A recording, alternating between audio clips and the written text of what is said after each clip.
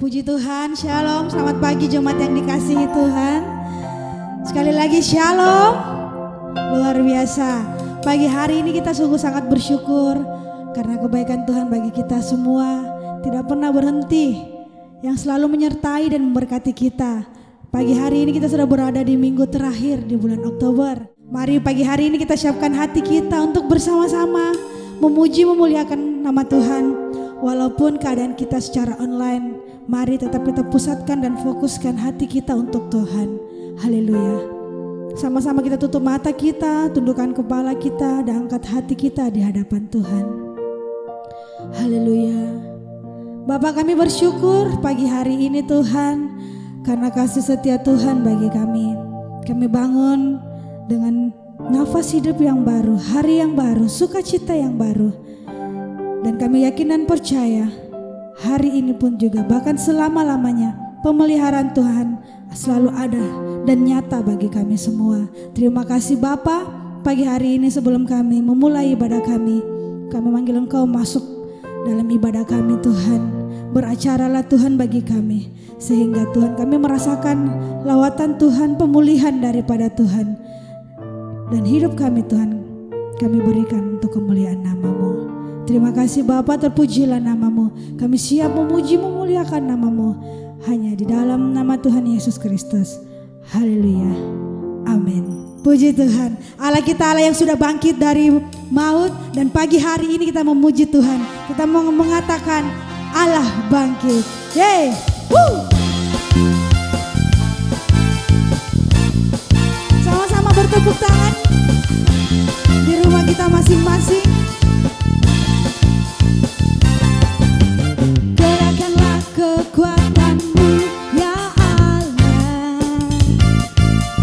tunjukkanlah kuasa-Mu ya Tuhan. Serahkan musuh-Mu, selamatkanlah umat-Mu, ada syat di tempat kudus-Nya. Gerakkanlah kekuatan-Mu ya Allah, amin. Tunjukkanlah kuasa-Mu ya Tuhan. Serahkan musuh-Mu, selamatkanlah umat-Mu, ada syat di tempat kudus-Nya. Hey, Allah bangkit, bersoraklah. Hey, Allah bangkit, bernyanyilah. Amin. Musuh dikalahkan, umatnya dibebaskan, ada syat di tempat kudus-Nya. Sekali lagi kita menyanyikan pujian dari awal, lebih dahsyat lagi bagi Tuhan. Hey, haleluya. Gerakkanlah kekuatan-Mu ya Allah, tunjukkanlah kuasa-Mu ya Tuhan. Serahkan musuh-Mu, serahkan musuh-Mu, selamatkanlah umat-Mu, ada syat di tempat kudus-Nya. Allah bangkit, bersoraklah. Hey, Allah bangkit, bernyanyilah. Amin. Musuh dikalahkan, umatnya dibebaskan, Allah dahsyat di tempat kudus-Nya. Allah bangkit, bersoraklah. Hey, Allah bangkit, bernyanyilah. Musuh dikalahkan, umatnya dibebaskan, Allah dahsyat di tempat kudus-Nya. Allah dahsyat di tempat kudus-Nya. Sekali lagi, Allah dahsyat di tempat kudus-Nya. Oh, oh, oh. Yeah. Haleluya. Oh, oh, oh. Oh, oh, oh.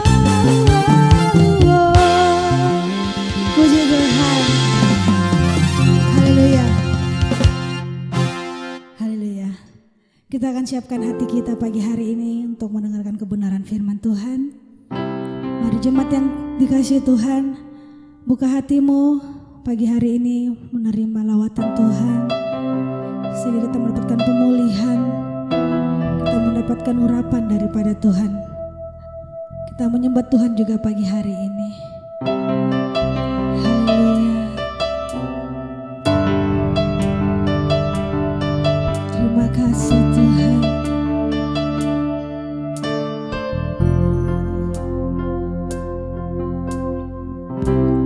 Bapakku datang menyembahmu di sini. Ku percayakan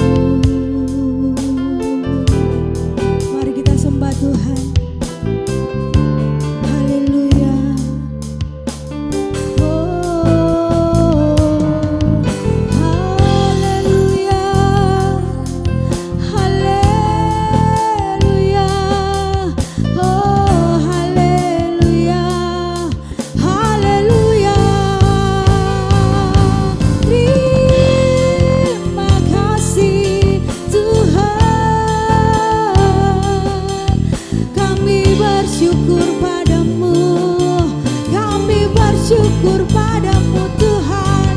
Kau yang kami agungkan, Kau yang kami tinggikan. Haleluya, haleluya. Terima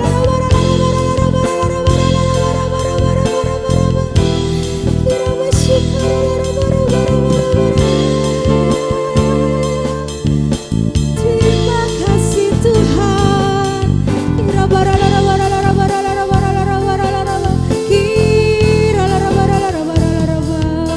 Haleluya, haleluya, haleluya. Kami tinggikan namamu, kami agungkan namamu Tuhan. Oh Yesus Tuhan, kami bersyukur padamu. Kira barala barala barala barala barala kira basikara barala barala. Oh haleluya. Barala barala barala barala barala haleluya. Haleluya. Haleluya. Terima kasih Tuhan Yesus. Haleluya. Terima kasih. Haleluya.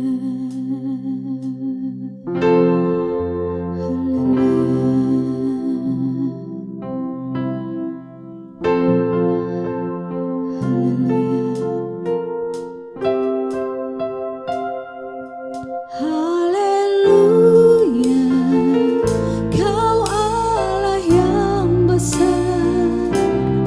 Haleluya, Kau mulia. Namamu, kuasamu, kasih-Mu besar. Kau yang layak ditinggikan. Haleluya, Kau Allah yang besar. Amin. Haleluya, Kau mulia. Namamu, kuasamu, kasih-Mu besar. Kau yang layak ditinggikan.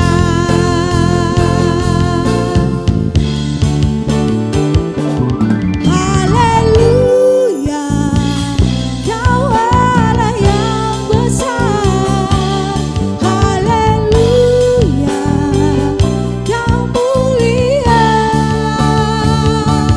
Namamu, kuasamu, kasih-Mu besar. Kau yang layak ditinggikan. Kau yang layak ditinggikan. Kau yang layak ditinggikan.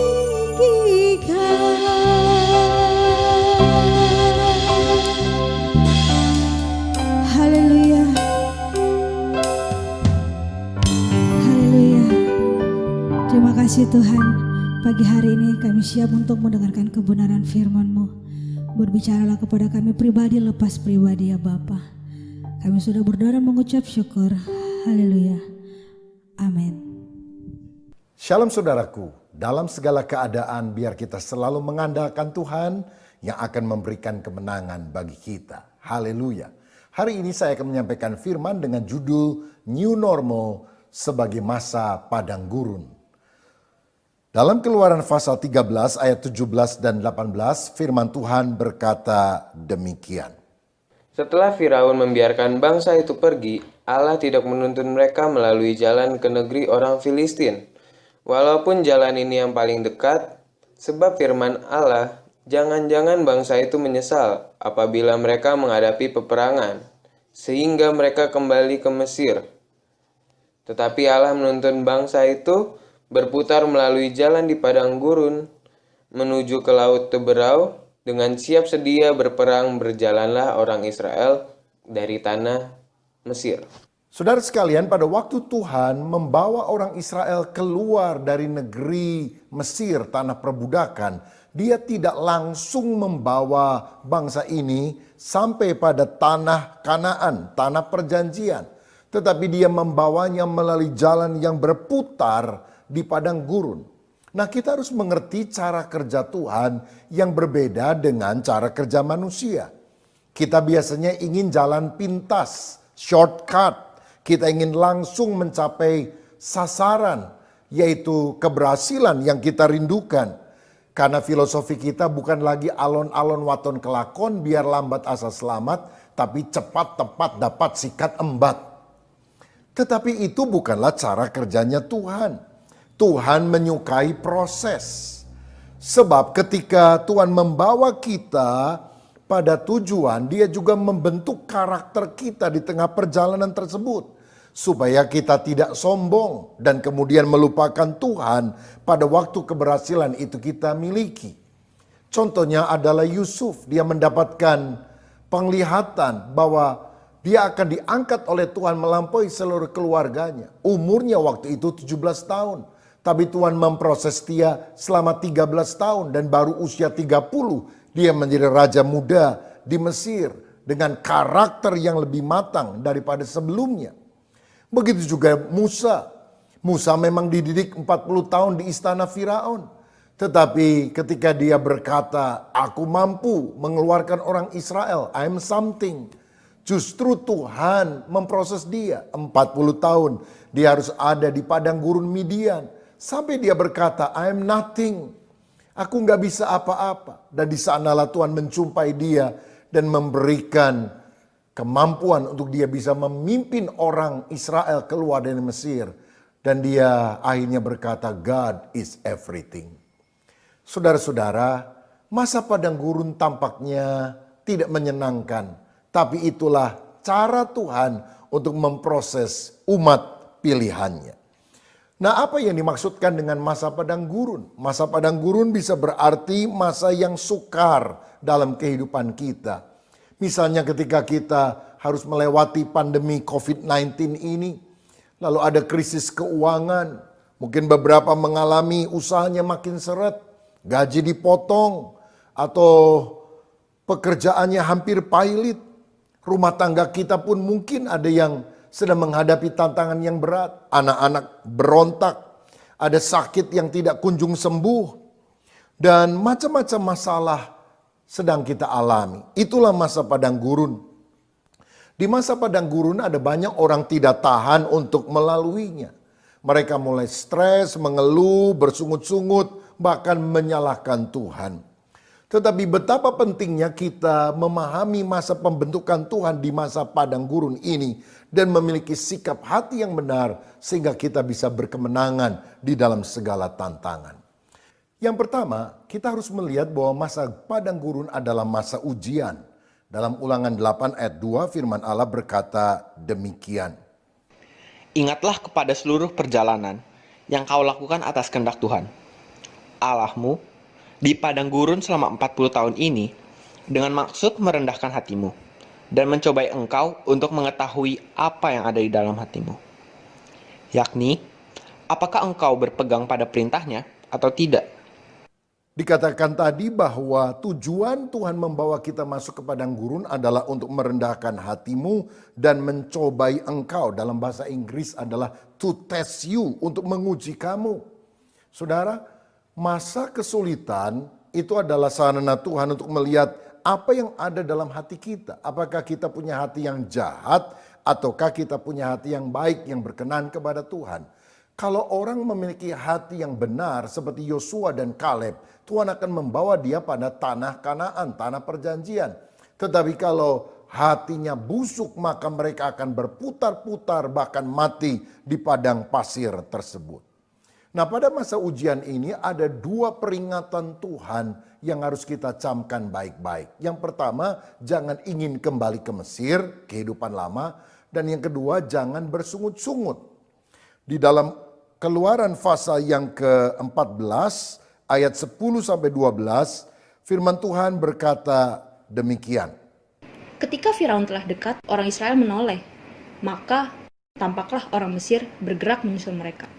Lalu sangat ketakutanlah orang Israel dan mereka berseru-seru kepada Tuhan. Ayat 11.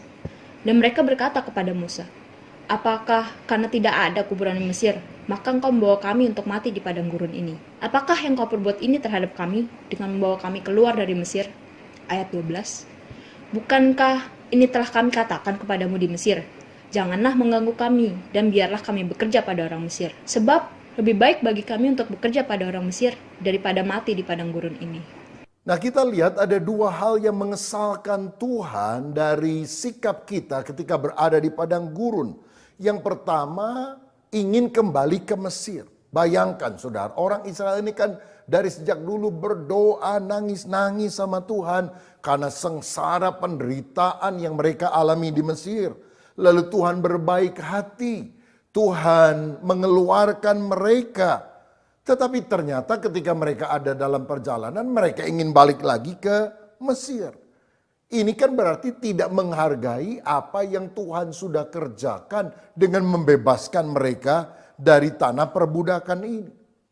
Saudara, pada masa kini kita memasuki era new normal.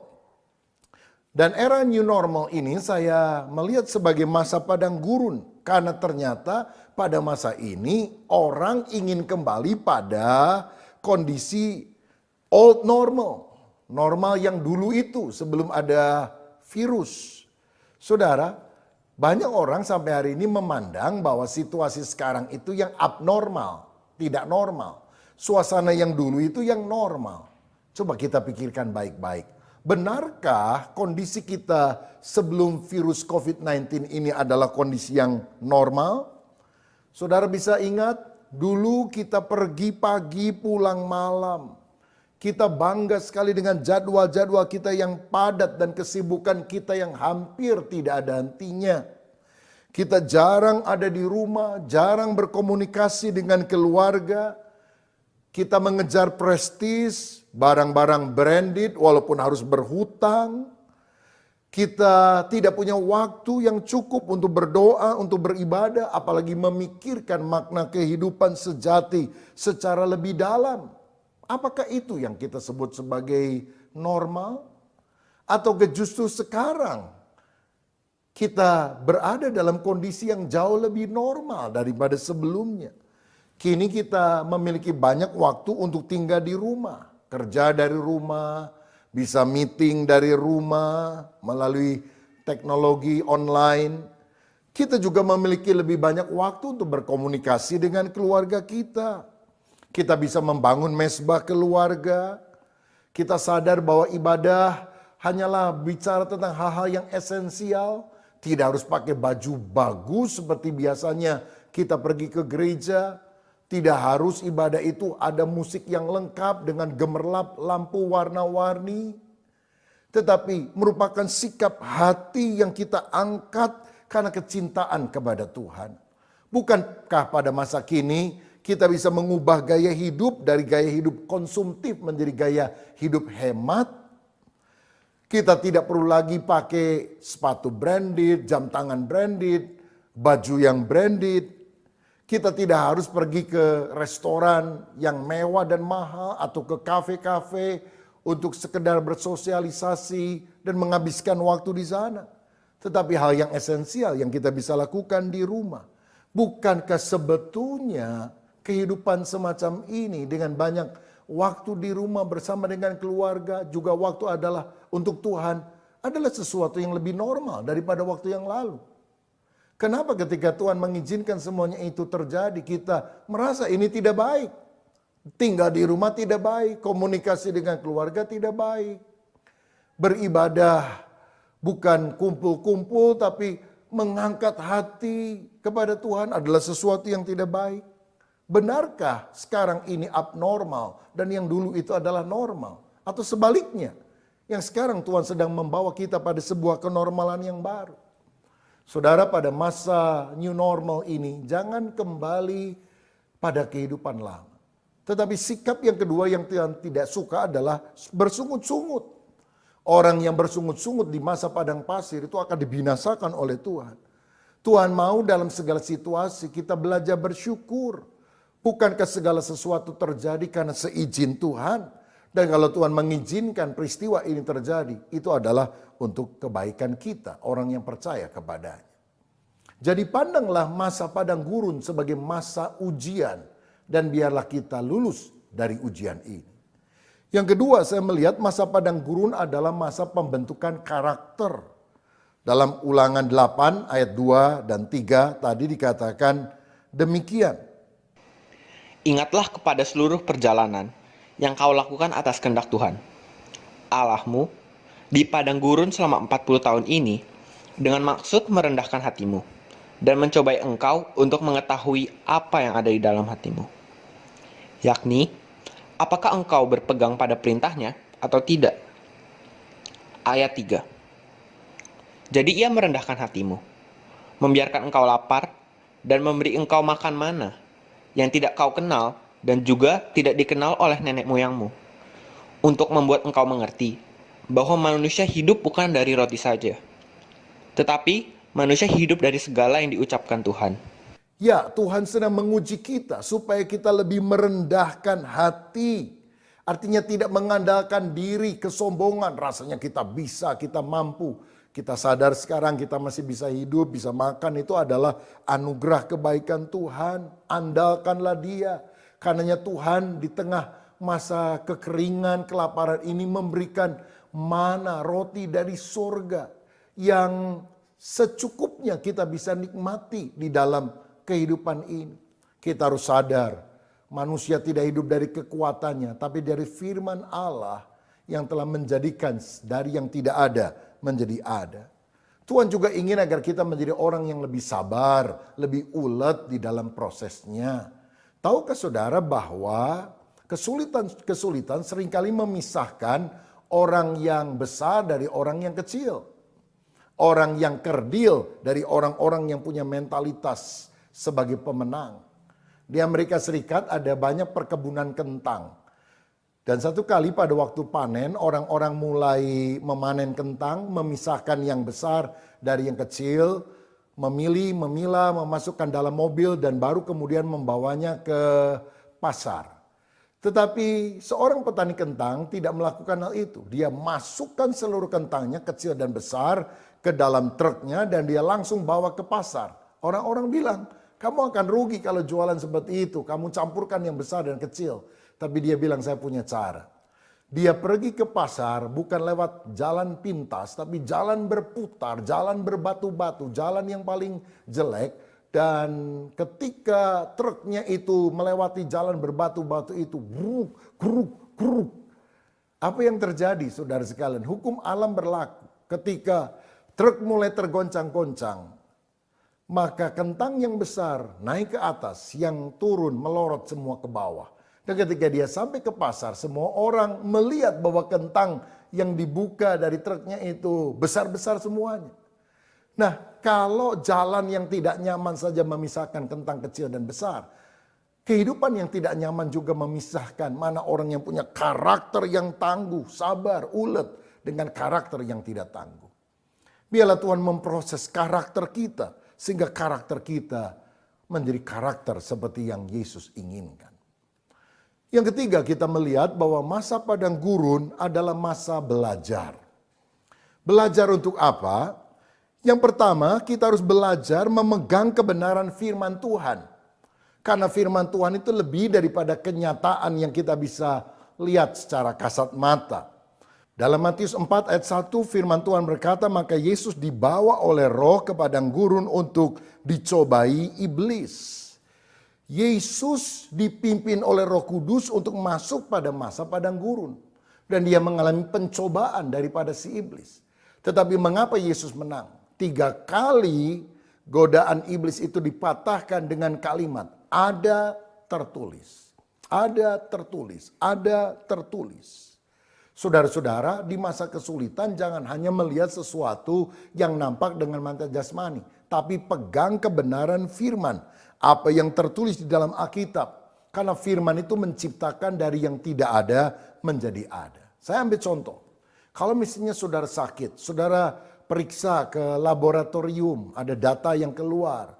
Dan saudara pergi ke dokter, dokter berkata penyakit Anda ini, dan sebagainya. Memang itu adalah kenyataan.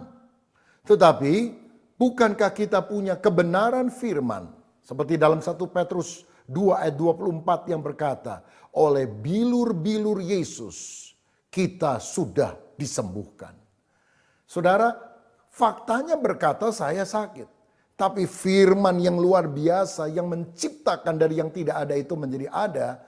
Ketika kita pegang kita berkata, ada tertulis, saya sudah disembuhkan oleh bilur Yesus.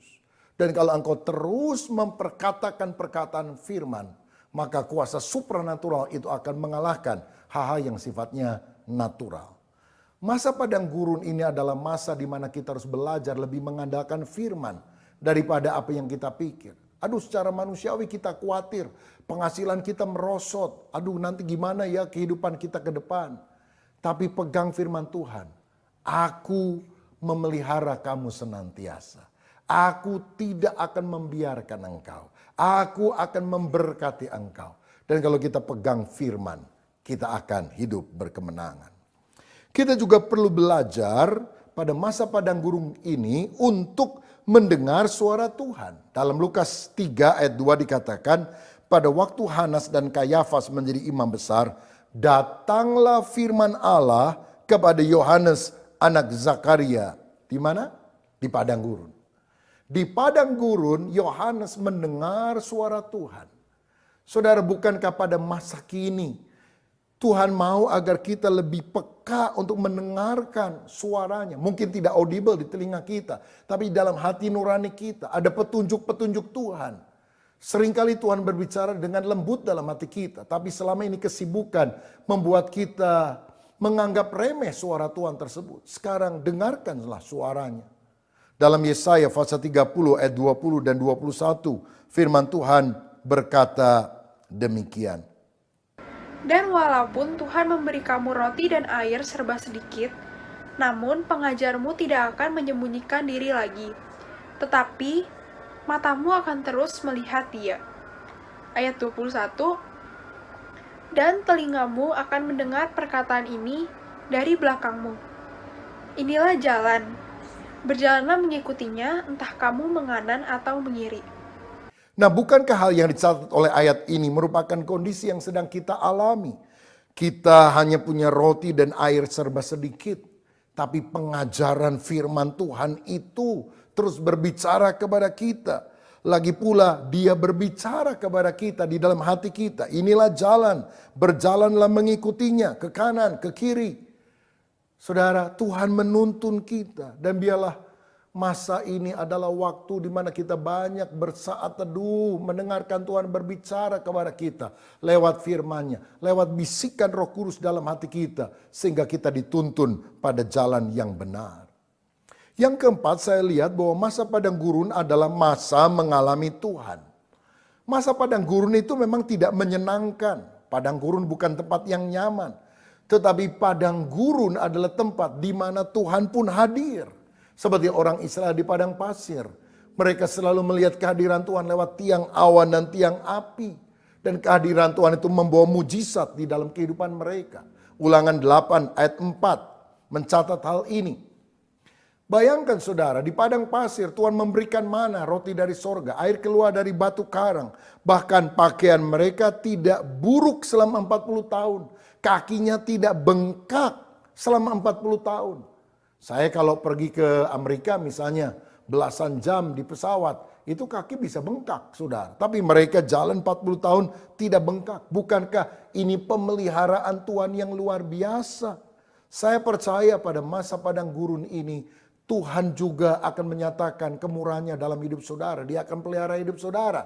Seperti Elia di tepi sungai Kerit dipelihara oleh Tuhan. Seperti Elia di Sarfat juga dipelihara oleh Tuhan. Walaupun kelihatannya serba sedikit, tetapi pemeliharaannya nyata di dalam kehidupan. Yesaya 43 ayat 18 sampai 20 lebih jauh berkata demikian. Firman-Nya, janganlah ingat-ingat hal-hal yang dahulu, dan janganlah perhatikan hal-hal yang dari zaman purbakala. Lihat, aku hendak membuat sesuatu yang baru, yang sekarang sudah tumbuh, belumkah kamu mengetahuinya? Ya, aku hendak membuat jalan di padang gurun, dan sungai-sungai di padang belantara. Binatang hutan akan memuliakan aku, serigala dan burung unta, sebab aku telah membuat air memancar di padang gurun, dan sungai-sungai di padang belantara, untuk memberi minum umat pilihanku. Alkitab berkata, jangan ingat-ingat yang dulu. Lihat, aku membuat segala sesuatu yang baru, something new. Dan Tuhan berkata, di padang gurun Tuhan akan menciptakan sungai. Dan kemudian ada air yang memancar di tengah padang gurun. Sehingga umatku bisa minum. Ini bicara soal apa? Soal keajaiban. Pada masa kesulitan ada pemeliharaan Tuhan. Saya percaya kalau engkau sungguh beriman kepada Tuhan, masa sulit ini justru engkau lebih banyak alami mujizat. Ada pemeliharaan Tuhan yang di luar akal kita. Sehingga kita sadar, kita hidup bukan karena kekuatan diri kita. Kita sungguh-sungguh bergantung kepada Tuhan dan firman-Nya. Puji Tuhan. Dan yang kelima, masa padang gurun itu adalah masa yang sementara. Padang gurun itu adalah masa yang sebentar. Tidak selamanya kita berada di padang gurun. Karena Tuhan akan menuntun kita sesuai janjinya. Masuk pada the promised land, tanah perjanjian. Negara yang sangat bagus yang Tuhan janjikan. Ini yang dicatat dalam Ulangan 8 ayat 12 sampai ayat 16. Yang berbunyi demikian. Dan supaya apabila engkau sudah makan dan kenyang, mendirikan rumah-rumah yang baik serta mendiaminya, dan apabila lembu sapimu dan kambing dombamu bertambah banyak, dan emas serta perakmu bertambah banyak, dan segala yang ada padamu bertambah banyak, jangan engkau tinggi hati, sehingga engkau melupakan Tuhan Allahmu yang membawa engkau keluar dari tanah Mesir, dari rumah perbudakan. Dan yang memimpin engkau melalui padang gurun yang besar dan dahsyat itu, dengan ular-ular yang ganas serta kalajengkingnya dan tanahnya yang gersang, yang tidak ada air. Dia yang membuat air keluar bagimu dari gunung batu yang keras, dan yang di padang gurun memberi engkau mana yang tidak kenal oleh nenek moyangmu, supaya direndahkannya hatimu dan dicobainya engkau hanya untuk berbuat baik kepadamu akhirnya. Saudara sekalian, Tuhan membawa kita pada masa padang gurun supaya ketika kita sampai pada negeri yang excellent itu, kita tidak melupakan Tuhan yang telah menuntun kita pada kemenangan. Masa padang gurun tidak nyaman, tetapi pada akhirnya kebaikan juga yang kita akan nikmati. Padang gurun harus dilewati, tapi padang gurun bukan tempat tinggal atau tujuan terakhir dari hidup kita. Kalau misalnya saya pergi naik mobil dari kota Bandung ke kota Tasikmalaya di Jawa Barat, maka kita akan melewati dua daerah yang berliku-liku. Yang pertama namanya Nagreg, yang kedua adalah Malangbong. Banyak orang kalau tidak terbiasa suka muntah karena mobil berliku-liku di sepanjang jalan tersebut. Tetapi walaupun demikian, ketika kita sampai pada tujuan kota Tasikmalaya, kita melupakan daerah yang berliku-liku itu. Karena kita hanya melewati kondisi jalan yang ada di sana, tapi tujuan kita bukan tinggal terus di sana. Memang masa-masa ini adalah masa yang mungkin tidak menyenangkan. Tapi kita tidak akan selamanya berada pada masa semacam ini. This too shall pass. Semuanya ini pasti akan berlalu. Ini doa saya. Kalau vaksin COVID-19 sudah ditemukan, kita masuk lagi dalam masa yang menurut kita normal. Biarlah cara pandang dan sikap hidup kita tidak balik lagi pada old normal. Tetapi sesuatu yang baru ada dalam hidup kita. Penyakitnya selesai. Tapi kita menjadi orang yang tidak lagi mengandalkan diri tapi mengandalkan Tuhan. Kita tidak lagi menjadi orang yang hanya mengejar materi dengan kesibukan yang tanpa akhir. Tapi mengutamakan Tuhan, memberi waktu kepada Dia. Karakter kita juga sudah dibentuk menjadi lebih sabar, lebih ulet, lebih rendah hati.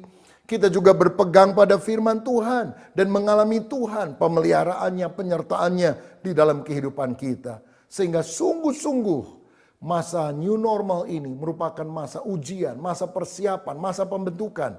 supaya akhirnya karakter kita menjadi serupa seperti Yesus Kristus. Percayalah saudaraku, Tuhan ada di masa padang gurun dan akan membawa kita keluar pada masa ini dan membawa kita pada tanah perjanjian. Tuhan Yesus memberkati kita. Jemaat yang dikasihi oleh Tuhan Yesus Kristus, mari kita bangkit berdiri, kita akan akhiri ibadah kita pada minggu ini. Dan kita menadahkan tangan kita ke Tuhan dan kita siap menerima berkat Tuhan. Mari kita bangkit berdiri semua, kita tadahkan tangan kita di depan Tuhan dan terima berkat Tuhan. Jemaat yang dikasihi oleh Tuhan Yesus Kristus, arahkanlah hatimu kepada Tuhan. Pandanglah Dia yang baik, yang selalu menyertai hidupmu. Terimalah berkat Tuhan. Anugerah berkat kasih sayang daripada Bapa di sorga, cinta kasih Tuhan Yesus Kristus, penyertaan Roh Kudus turun tinggal menyertai engkau senantiasa. Diberkatilah engkau di kota, diberkatilah engkau di ladang, diberkatilah hasil usaha dan pekerjaanmu, diberkatilah rumah tanggamu, diberkatilah apa yang kau makan, minum dan pakai, diberkatilah pendidikanmu atau pendidikan anak-anakmu, diberkatilah apa yang kau rancangkan, dibuatnya berhasil dalam nama Tuhan Yesus Kristus. Segala berkat-berkat kekayaan kerajaan sorga yang berlimpah-limpah, berkat-berkat warisan Bapa Abraham, Isa dan Yakub masuk ke dalam kehidupanmu. Segala berkat-berkat yang ada di utara, selatan, timur dan barat masuk dalam kehidupanmu. Terjadi di dalam nama Tuhan Yesus. Saat ini sampai Maranatha, Tuhan Yesus Kristus datang pada kali kedua, menjemput saleh-salehnya masuk sorga yang mulia. Haleluya. Semua yang percaya bersama saya katakan amin. Haleluya. Beri kemuliaan bagi Tuhan Yesus. Tuhan Yesus memberkati jemaat Tuhan. Selamat hari Minggu dan sampai jumpa minggu akan datang. Tuhan memberkati.